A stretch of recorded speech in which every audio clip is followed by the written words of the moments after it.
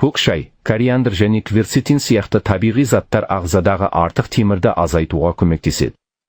Клетчаткасы мол көкөністер мен дәнді дақылдарды жиі жеңіз. Қант пен ақ ұн өнімдерін шектеңіз. Ал аралыға шығу, ағзаны тазартып, қабынуды басатын ең табиғи емнің бірі. Ал артроз дегеніміз не? Артроз кезінде шеміршек тозып, буын беттері бір-біріне үйкеледі. Бұл кезде дөрекі, құрғақ сықыр пайда болады. Кейде буындардың анда-санда сықырлауы қалыпты, бірақ жиі әрі қатты сықыр артроз белгісі болуы мүмкін. Артроз көбіне егде жаста кездеседі.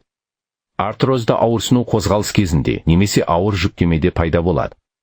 Артроз бастапқы кезде білінбей, әлсіз түрде өтеді. Сондықтан көп адам оны елемей, ауруды асқындырып алады. Артроздың негізгі белгілері: қозғалған кезде немесе ауыр салмақ түскенде буында ауырсыну пайда болады.